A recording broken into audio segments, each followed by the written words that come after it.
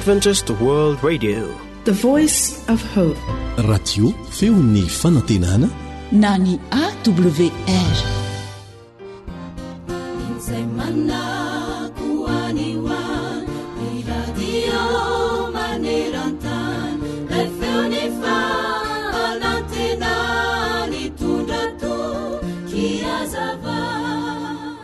indray tolakandro dia nipetrapetraka teo amin'ny lavarangana manoloana ny tranony ity raim-pianakaviana anankiray. Efa lasa ny herin'ny hafanan'ny andro tamin'izay ary mitsidika ny ririnina. Nisy rivotra mangatsiatsiaka nitsoka avy any ambany andrefana ka tena nahafinaritra ery ny ala sasatra teo. Tamin'izay indrindra no indro avy nidodododona nantona azy ny zanany ka nanao hoe: "Dado, tonga ao ngiara-koto malala ary te hiona aminao." Fantatra ilay raim-pianakaviana niaraka tamin'izay ilay anarana. Ngiara-koto malala mpivarotra fitaovana fanaova-trano izay. Efa naposiko fa ho avy izy indray androany. Rehefa tonga mantsy sy ngiara-koto malala araka ny fanaony, dia miara-mamina viana ny visy ny simenitra izay mety ilain'ilay raim-pianakaviana izy roa lahy amin'ny fananganana trano sekoly vaovao izay atao. Rehefa izany dia araka ny fanao dia efa omena ngiara-koto malala ny atsasa-bola. Anjara ngiara-koto malala kosa ny mampanatitra ny visy ny simenitra rehetra ilaina rehefa avy eo ary dia mandray ny vola sisa izy. Faly tokoa ilay raim-pianakaviana rehefa nandrefa tonga ngiara-koto malala ary dia nasaina niditra avy hatrany ngiara-koto malala. Rehefa nasaina nampandrosoana tao amin'ny efitra lehibe fandraisana vahiny ngiara-koto malala, dia gaga ilay raim-pianakaviana fa tsy mety niditra rakoto malala tamin'ity indray mandeha ity. Nijoro teo am-bavahady fotsiny izy. Gaga ilay raim-pianakaviana nahita azy satria tsy hita be ny ihany izay nataony ngiara-koto malala fa mbetika mitodika atsy, mbetika mitodika roa. "Mandrosoa re ianao tompoko, mandrosoa re fa aza misalasala e", hoy ilay raim-pianakaviana. Nefa tsy novaliany ngiara-koto malala. Mbetika ngiara-koto malala no mijery ny tongony, mierika atsy, mierika roa. Ary noho ny farany dia lasa izy nanatona ny paopy tetsy amoron-dalana. Narora ny parakiny dia nanotsam-bavy izy avy eo. "Ay, naloto izany ny vavany", hoy ny eritreritra ilay raim-pianakaviana, ka izay no nampisalasala azy. Nijerena ihany koa fa indro ngiara-koto malala miondrika ary mikiky ny fotaka izay niraikitra tamin'ny kirarony, dia nanadio izany teo amin'ny paompy. Rehefa vita n'izany rehetra izany dia nitraka izy. Vita ny fiomanana ka indro izy nitsikitsiky falifaly feno toka ka nanantona ilay raim-pianakaviana.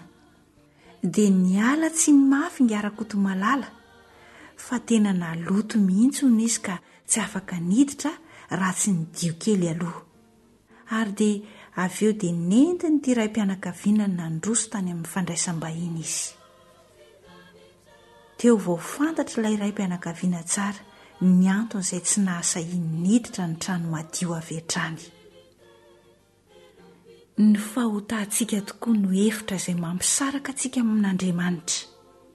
Maloto isika, maloto ny vava, maloto ny tanana, eny maloto hatrany am-paladika hatrany am-tampon-doha ny mpanota. Ka mila mahafoy izany loto izany ary mandio izany tanteraka satria raha makasitraka ny ota ao am-pontsika isika dia tsy mba hiaino antsika ny tompo, hoy ny mpanao salamo ao amin'ny salamo 119:9. Ny elokareo no hevitra mampisaraka anareo amin'Andriamanitra reo. Isaia 7:5.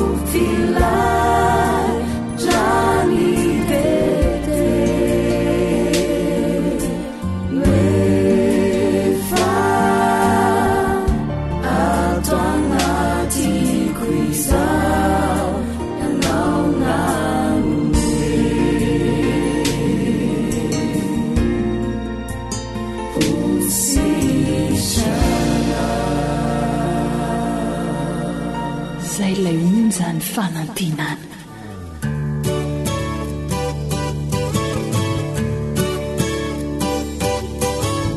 Atolotry ny feo fanantenana ho anao tsara ho fantatra.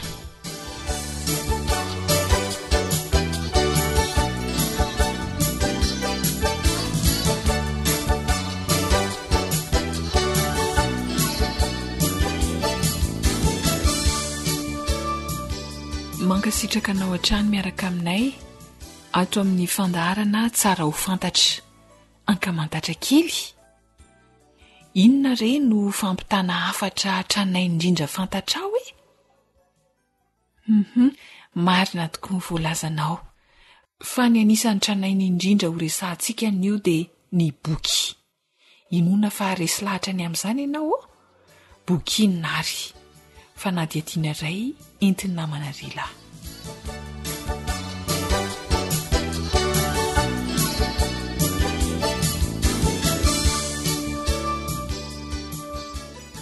Manoloana ny micro-ny AWR indrindra ny tompona andraikitry ny ivitoerana fampelezam-boky adventista, ny pasteur Andrianjaframamy Sylvestre.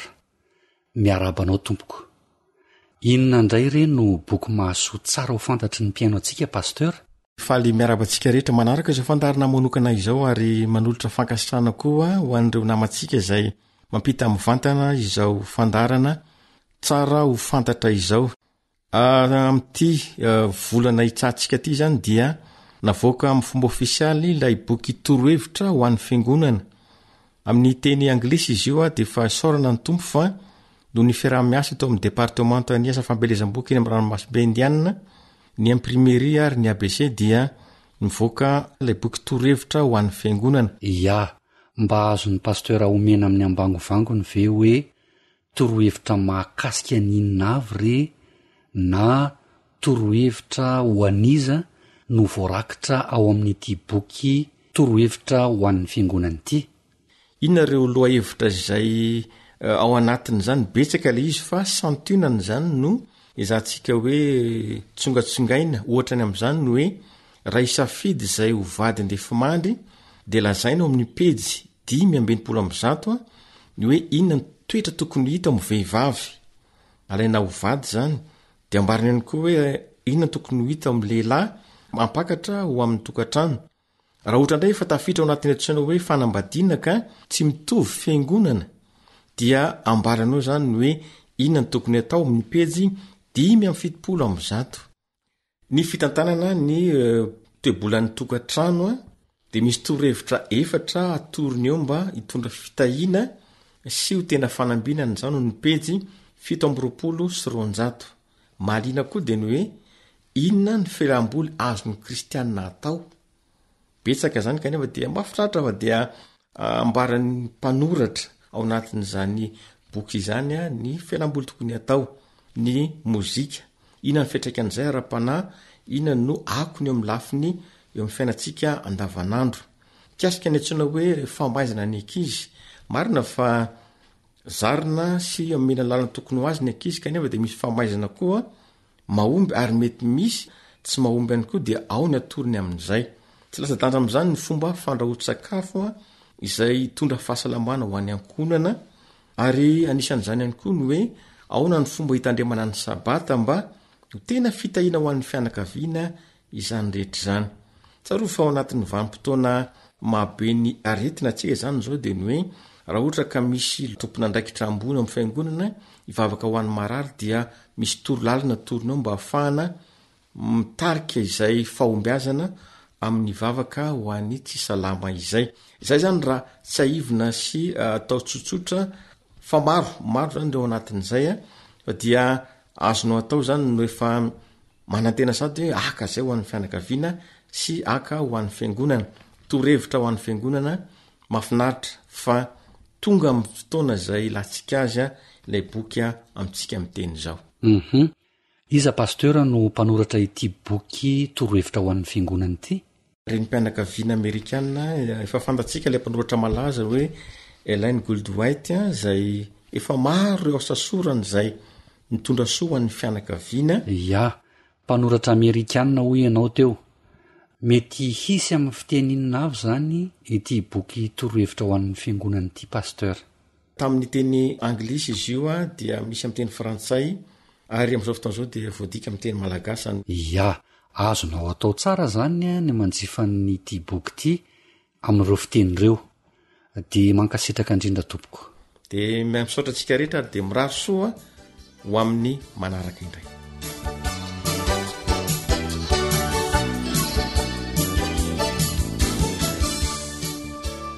Raha misy tiana ho fantatra bebe kokoa mahakasika ity boky torohevitra ho an'ny fiangonan'ity ary dia azonao atao ny manantona mivantana ny Adventist Book Center na ny ABC. Azonao atao ihany koa ny miantso ny laharana 034 10 635 64.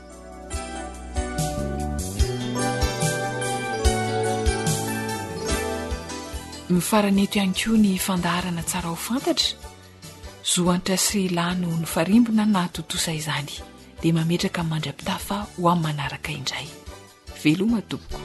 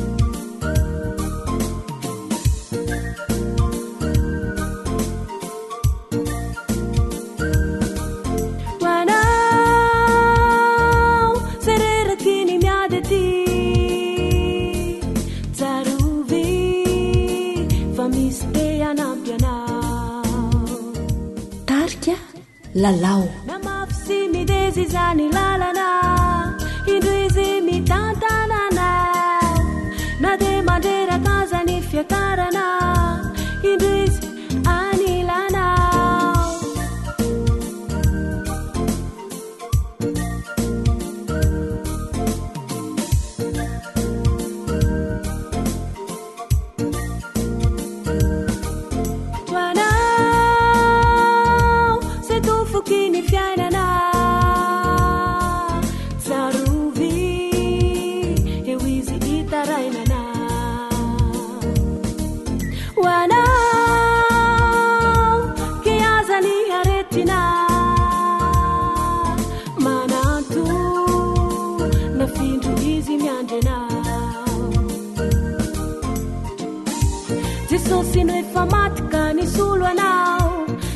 Sino efa velona hamonjy anao ny tanany mitsotra ty handray anao ka mbola miantso sy miangavy mafy anao anio katoma eno izao enao atolo ry oazy ny fiainanao saoanio no farany andrenesanao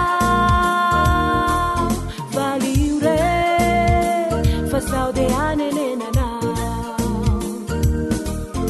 anio ratuma eno izao enao atolo ry oazy ny fiainanao saoanio no farany andrenesanao valio re fa saude radio feony fanantenana AWR manolotra ho anao feony fanantenana. Fifaliana lalandava no irany aminao mpianao jaina hifampahery amin'ny alalan'ny ten'Andriamanitra mirary soa sy fidanam-po anao eo ampanarana ity fandarana ity ny mpanolotra moa Yolande Ratsiromanana ary ny lafiny teknika Sam.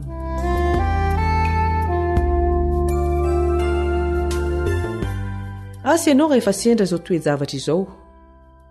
Indraindray dia manontany tena hoe mba kristianina marina ve toy ny olona tony? Inona ny antony mbola hijanona an'ireny eo am-piangonana?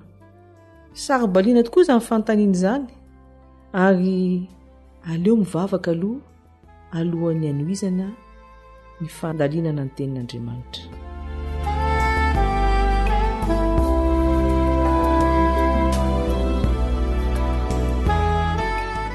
Andriamanitra rainay eo, andinika ny teninao izahay.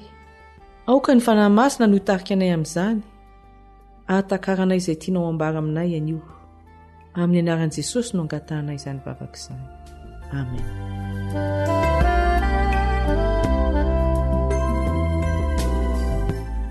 Fanoharana iray nataon'i Jesosy ao amin'ny Baiboly, ao amin'ny filazantsara, nosoratan'i Mattio 7:20 ka ny 4:20 ka hatramin'ny 70 no vakiantsika aloha. Ary nanao fanoharana hafa koa tamin'izy ka nanao hoe ny fanjakan'ny lanitra dia tahaka ny lehilahy anankiray izay namavoa tsara tany an-tanimbariny. Fa raha natory ny olona dia avo ny fahavalony ka namafy voatsiparifary teny amin'ny vary ka niteraka, dia niposaka koa ny tsiparifary. Ary ny mpanompo nanao taminy hoe tompoko, tsy voatsara va ny nafafinao tany an-tanimbarinao, ko aveza kosa ny tsiparifary? Dia hoy izy taminy fahavalo no nanao izany. Ary ny mpanompo nanao taminy hoe koa tianao va ny andehananay hanongotra sy hanangona azy? Fa hoy izy, tsia, fandrao raha manongotra ny tsiparifary ianareo dia ongotanareo miaraka aminy koa ny vary. Aoka ihany ara-maniry izy roa ambara-piavy ny fararano. Ary amin'ny fararano dia holazaiko ampijinja hoe angony aloha ny tsiparifary ka ataovy amboarany mba ho dorana, fa ny vary dia ataomy ho any an-tsopotro. Inona ary ny hevitra izany fanoharana izany? Jesosy ihany no manome ny valiny izany ao amin'ny Mattio 7:20 ihany ka amin'ny 9:30 ka hatramin'ny 13:20. Ka andeha hoe rahantsika mamaky.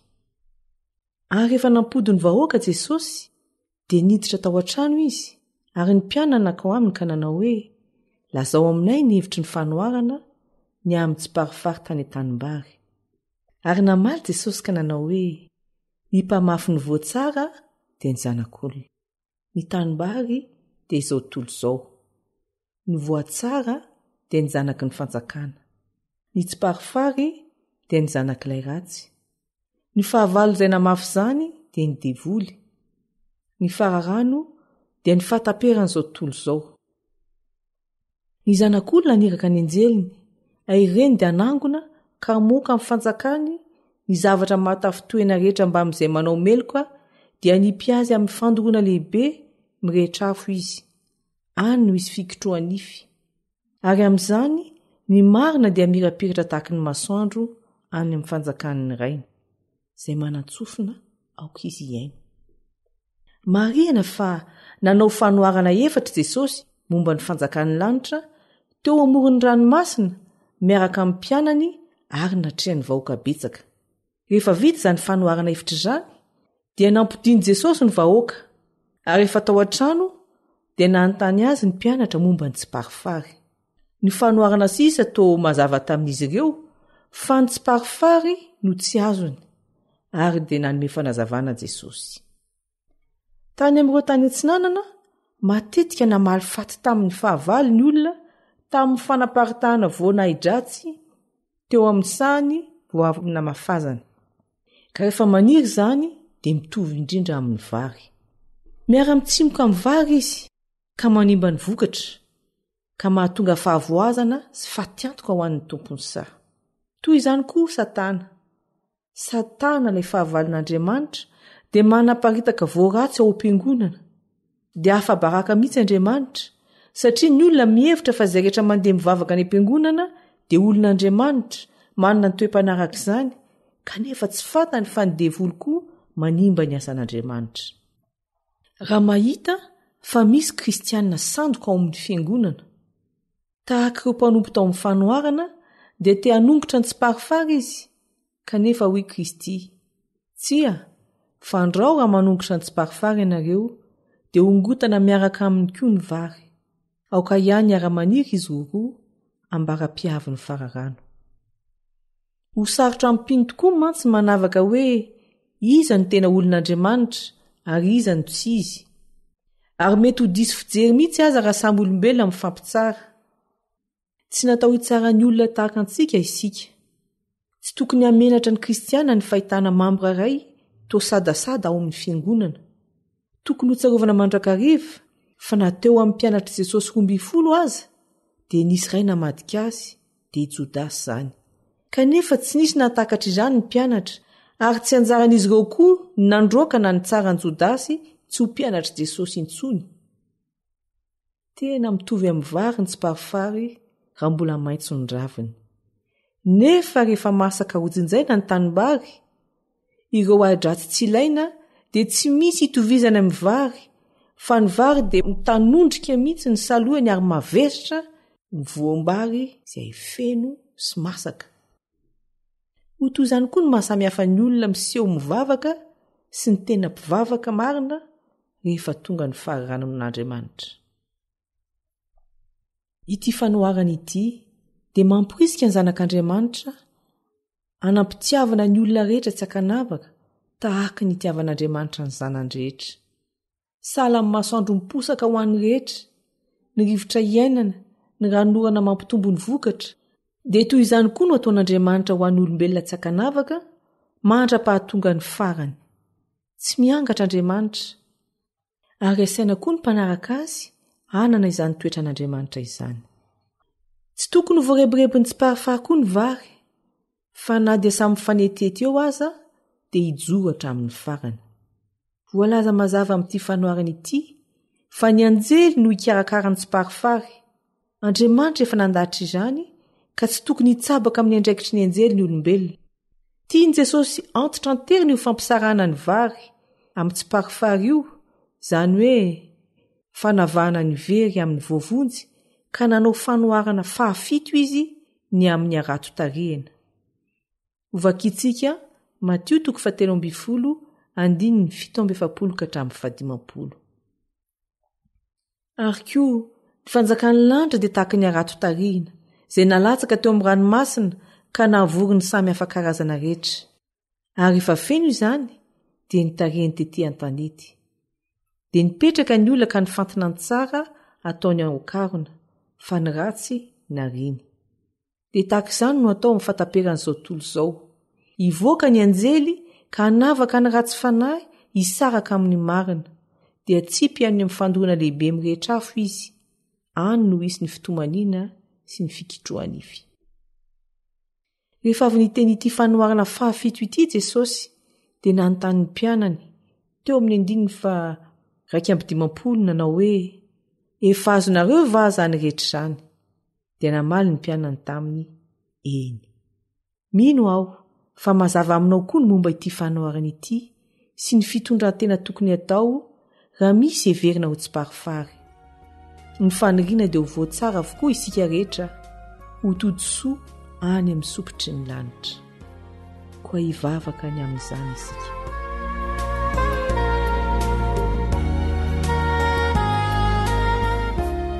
Andriamanitra ray io, teo voatsara izahay, voa avy aminao ary mitondra vokatra ho anao, ary ovy amin'ny asany ratsy izahay, ary aza vela hitsara na hanaratsy ny hafa, fa haneo fitiavana amin'ny olona rehetra, amin'ny andro iainanay rehetra, mandra-pahatonga anao Jesosy. Ary amin'ny anaranao Jesosy no angatahana izany vavaka izany. Amen.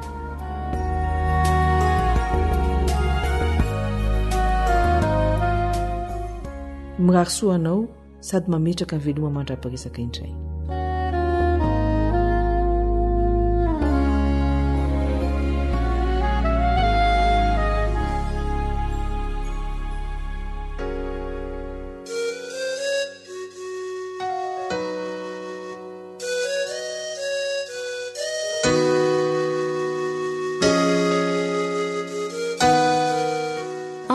mpihira Ambatomanga. Eo ampelantanana toko no apetrako iza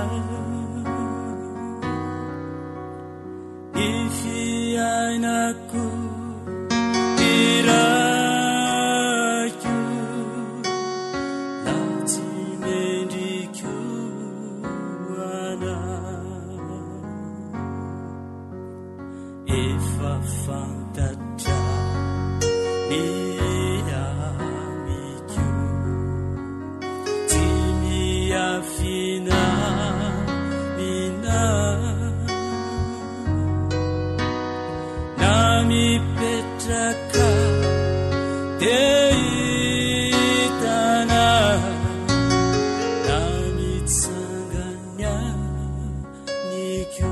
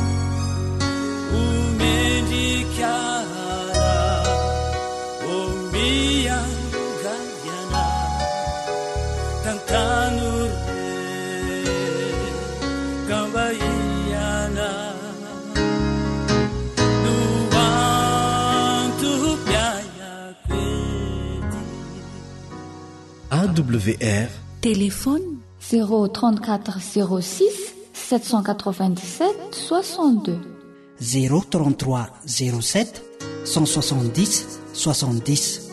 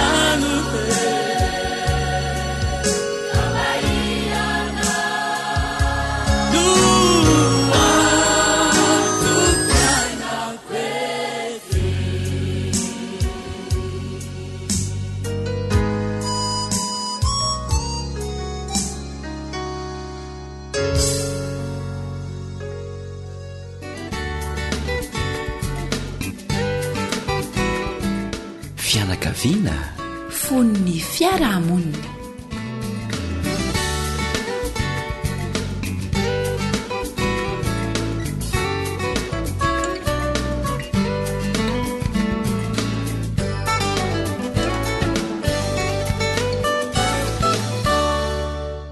mankasitraka anao manaraka hatranyny fandaharantsika, manasanao hitandreny izany hatramin'ny farany.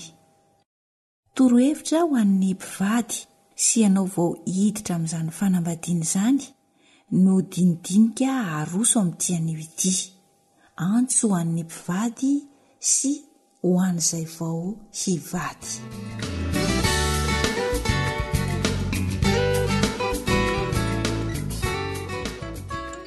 Araka nefa noresantsika teto dia tsarovy tsara fa halan'Andriamanitra ny fisaraha-panambadiana.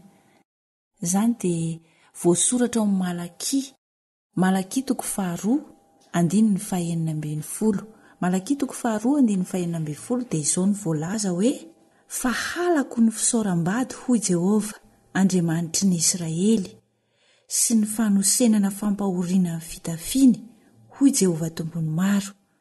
Kotandremo ny fanahinareo ary aza mamitaka ianareo.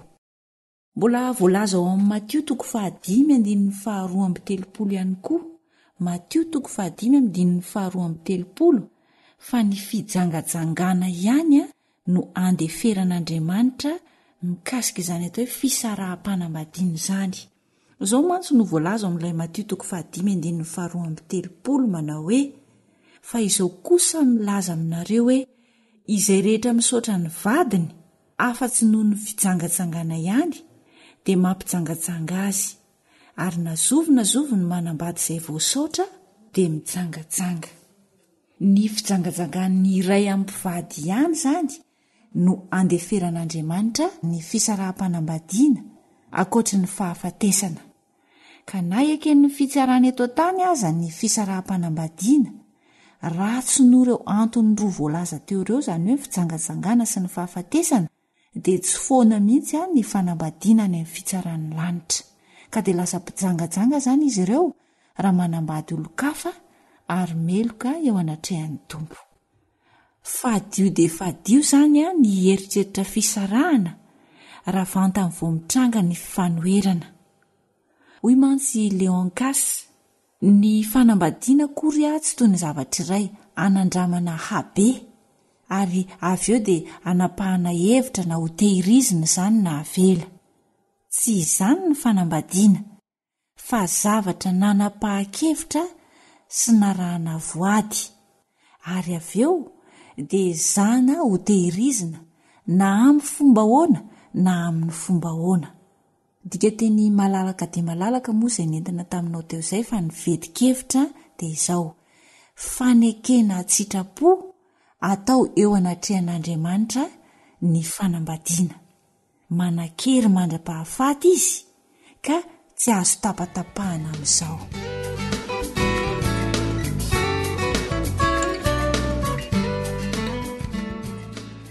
Tsy maintsy misy ny tsy fitovian-kevitra ao an-tokantrano. Tsy azo hitovirana ny adiady madinidinika sy ny vaventy. Ary araka nefa noresantsika tany aloha tany dia samy hafa mihitsy ny mpivady.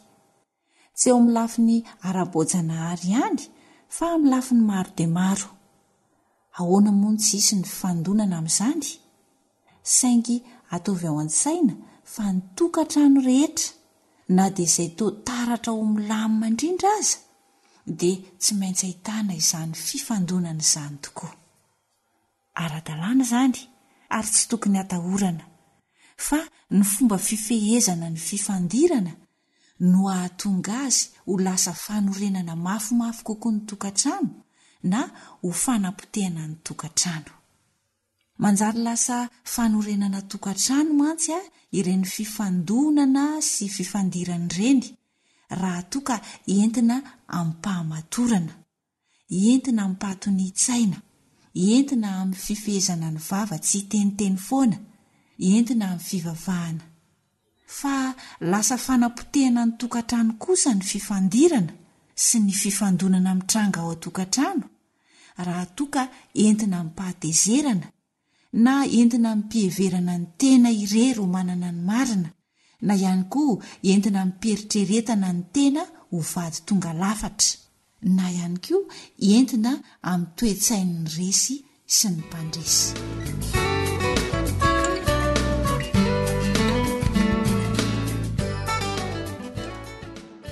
dia ansoavy sy miezinezina atao horeny tapitrano atao horem-poko horem-pirenena ary no atao amintsika fa tsy vahaolana ny fisaraha-panambadiana maika aza manampy olana izany satria ilay fozay nitambatra ho iray no indro fa voatritritraka boba ratsy mety mijanona ary dia tratriny ny aretina tsy azo sitranina ilay fiainan'ny olona anankiroa natambatr'Andriamanitra no lasa voan'ny takaitra ka tsy afaka hitambatra tsara intsony na amin'iza na amin'iza. Ny olana vokatry ny fisaraha-panambadiana dia ireo ankizy tsy manatsiny ary tsy nangataka ny ho tonga teto tany akory no lasa tsy afaka mivelatra eo amin'ny fiainany satria mandringa ny fanabeazana azy. Lasa tsy miaraka mitaizazy ny rainy sy ny reniny dia mitebiteby lava izy fa toy ny vorokely babeny ny vorombe manidina amin'ny elatra tokana ka tsy fantan'izay toerana sy fotoana hidaraboany amin'ny tany. Izany ange ny vokatry ny fisaraha-panambadiana koa averina indray ary amafisina fa tsy vahaolana ny fisarahana. Aoka ny adiady na ny madinika na ny vaventy mba hivadika ho fomba halalan'ny ankilany ny andaniny bebe kokoa indray. Aoka izany fifankahalalana bebe kokoa izany hiteraka fifankazahoana lalina kokoa ary ampifanatona kaikikaiky kokoa, ampiombina, ampifamatotra, anambatra amin'ny fatomaty izay tsy azo fahana mihitsy.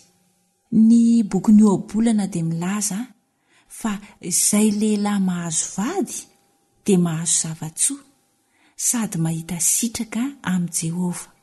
Ka nahoana re no ariana ny zavatsoa nahoana ny tsy fikirina ny fahitatsitraka avy amin'ny pahary? Tsarovy ary fa izay lehilahy mahazo vady dia mahazo zavatsoa sady mahita sitraka amin'i Jehova. Azony mafy ny zavatsoanao dia fikiro ny fankasitrahana avy amin'i Jehova natorono anao. Ho tanteraka amin'ny tokantrano tsirairay avy ene izany teny fikasana izany. Amen.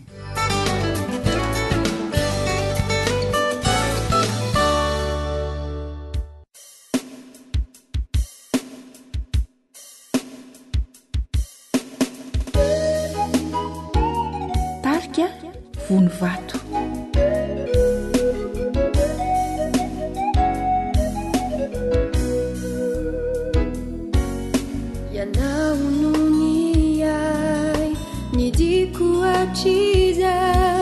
Nyangavikuba itantana ni wavirecha yanao lainanume fiana bauba afakani tikane patsisi pepecha nyangavikuba fiana bamunziti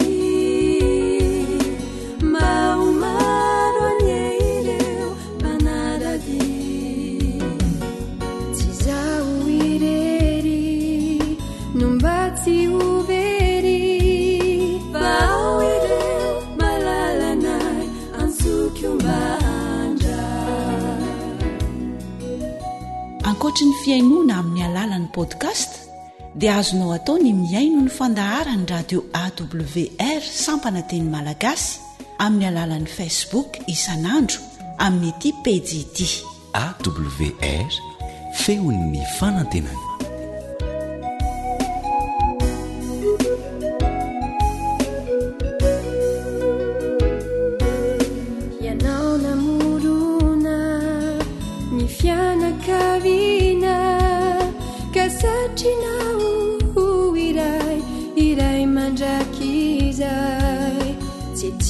Tiantanian banyandanichan rai sireni zanaka siriutaranaka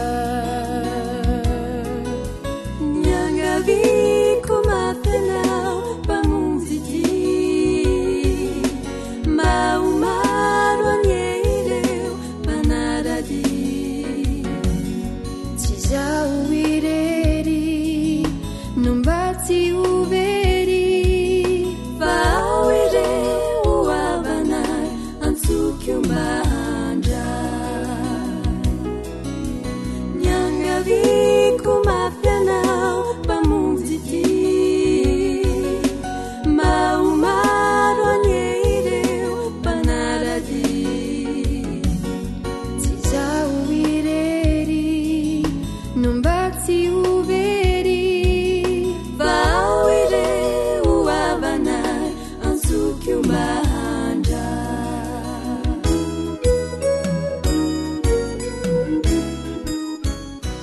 awr feon'ny fanantenana.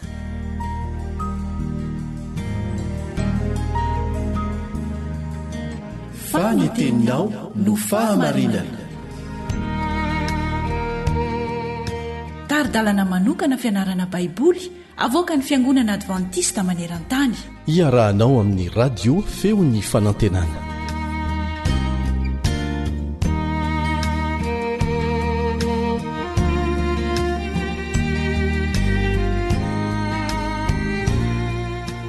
Toetrany ny fiarantsika mandray lesona avy amin'ny tantarany Kaina sy Abela voarakitra amin'ny bokin'ny Genesisy izay nosoratany Mosesy.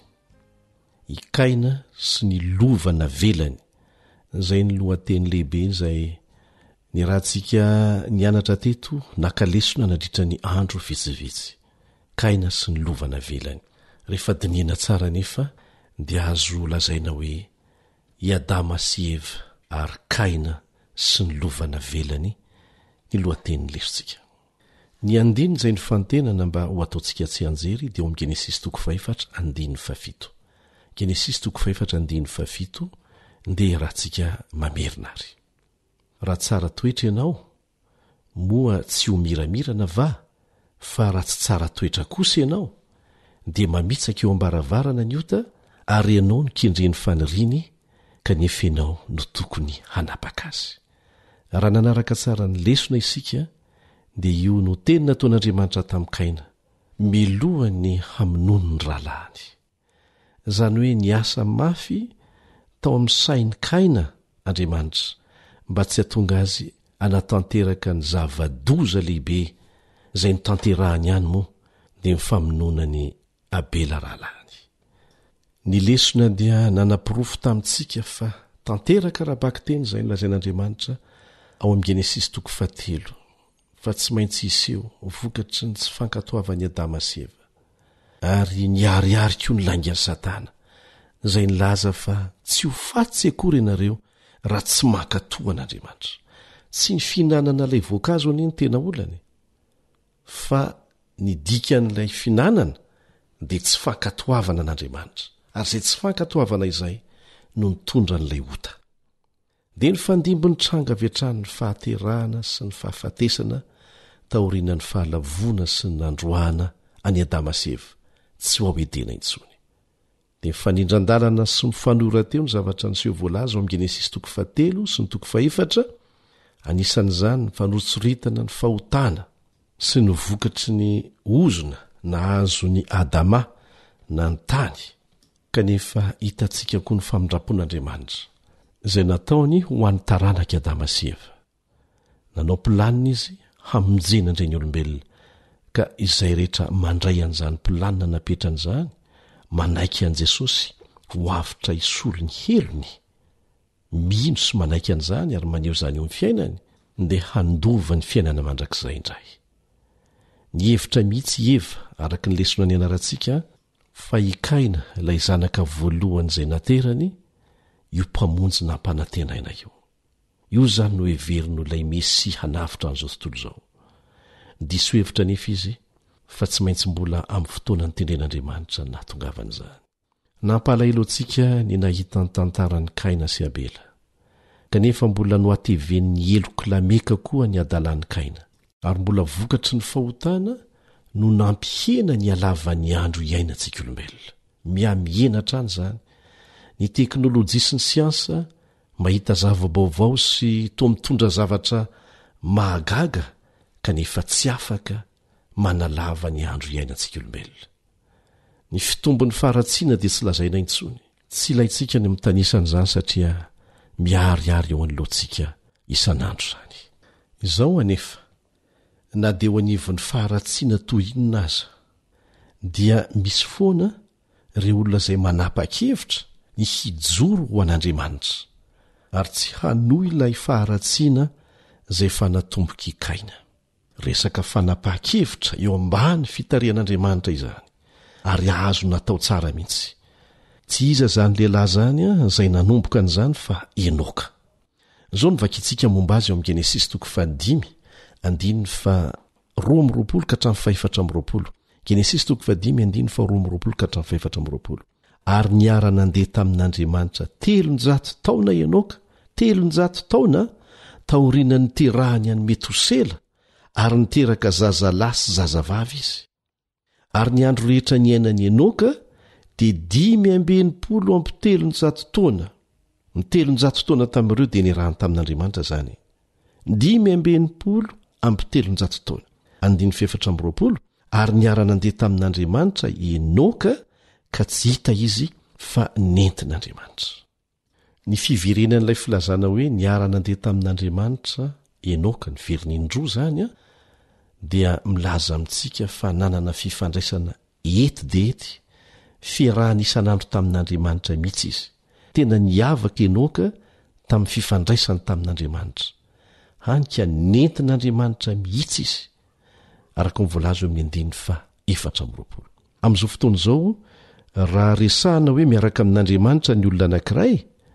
dia avy dia ao an-tsaintsika ny hoe makany am-piangonana izy mamaky tenin'andriamanitra izy sy ny sisa fa tamin'ny androny enokany mbola tsy nisy soratra masina voasoratra tsy mbola nisy fiangonana kanefa nilazain'andriamanitra fa niaraka tamin'izy ny filazana ao amin'ny Genesis 5:20 eto hoe nentin'andriamanitra izy dia izy tenany mihitsy nentin'andriamanitra niakatra any an-danitra fa tsy ny fanahany akory mario tsara fa niaraka nandeha tamin'andriamanitra koa anie Noa zany voalaza amin'ny Genesis 5:7 ary maty tahaka ny olombelona hafa rehetra Noa mbola mijanona ao am-pasana izy miandry ny fananganana azy amin'ny maty amin'ny fotoana iavian'i Jesosy takan'izany koa Adama taorianana ny tany dia niara nandeha tamin'andriamanitra izy rehefa nibebaka takan'izany koa Metosela sy ny maro hafa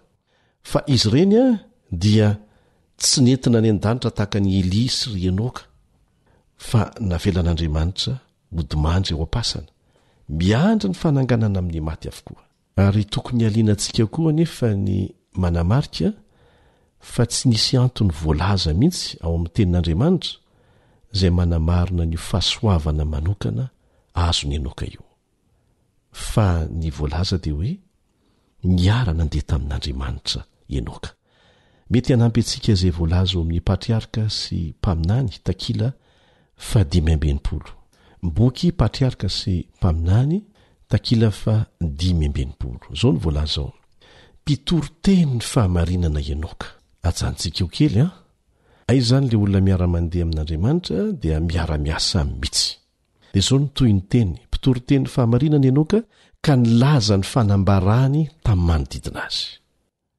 izay rehetra tian'andriamanitra dia nanatona n'izany lehilahy masina izany avokoa mba hahazosoa amin'ny torohevitra nomeny sy ny fivavahana nataony ny tory-teniny Enoka nefa dia tsy nataony ho an'ny taranak'Seta fotsiny fa ho an'izay rehetra te-andre izany koa hatramin'ireo toerana izay nokasain'ny Kaina handosirana ny fanatrehan'andriamanitra aza dia samy nitorian'ilay mpaminan'i Jehova ny zavatra lehibe mahatsiravina tazany tamin'ny fahitana dia izay voasoratra ao amin'ny Joda 4:15 Joda 4:15 manao hoe indro tonga Jehova mba amin'ny masiny tsy omby alinalina hitsara ny olona rehetra sy hampiaiky ny olona ratsy fanahy rehetra ny asa ny ara-tsi-panahy rehetra izay nataony tamin'ny ara-tsi-panahny ka ny olona miara-mandeha amin'andriamanitra zany dia averina ihany olona miara-miasa aminy fa eto am-pamaranana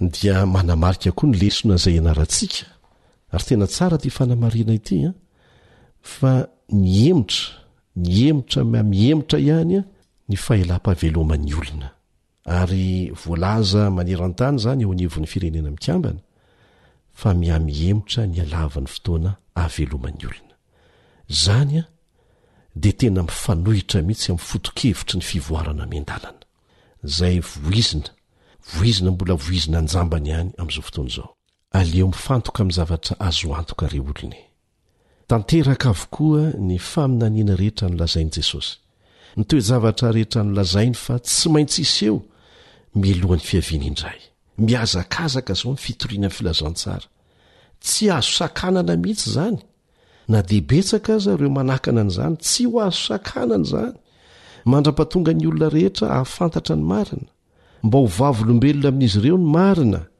dia anjarany sisany manaikina tsia dia ho avy Jesosy, tena ho avy izy. Aleo miomanao amin'izany fiainana mandrakizay azo antoka izany, izay atolotra ilay Andriamanitra tsy mahay mandainga, tsy mbola nandainga, tompony hery rehetra, mahay zavatra rehetra eo amin'ny fiainantsika ary afaka mitondra antsika ho any amin'izany fiainana mandrakizay izany. Amen.